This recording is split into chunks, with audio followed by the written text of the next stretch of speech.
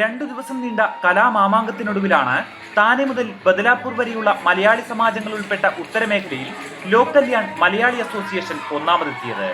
25,000 രൂപയും ട്രോഫിയും കല്യാൺ ഡോംബൂലി മേയർ രാജേന്ദ്ര ദേവ്ലേക്കറും Mathrubhumi senior general manager George സെബാസ്റ്റ്യനും ചേർന്ന് സമ്മാനിച്ചു.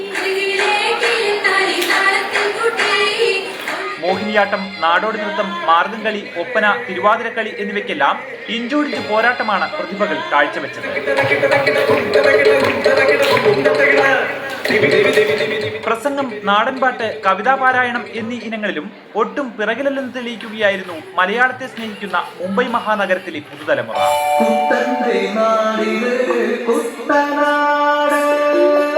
4 മേഖലകളാക്കി തിരിച്ചുള്ള പ്രാഥമിക റൗണ്ടിൽ സൗത്ത് സോൺ മത്സരങ്ങൾ ചെമ്പൂരിലും വെസ്റ്റ് സോൺ മത്സരങ്ങൾ വസായിലും നടക്കും. പിന്നീട് ഒക്ടോബറിലാണ് സംസ്ഥാന സ്കൂൾ കലോത്സവ മാതൃകയിലുള്ള ഫൈനൽ.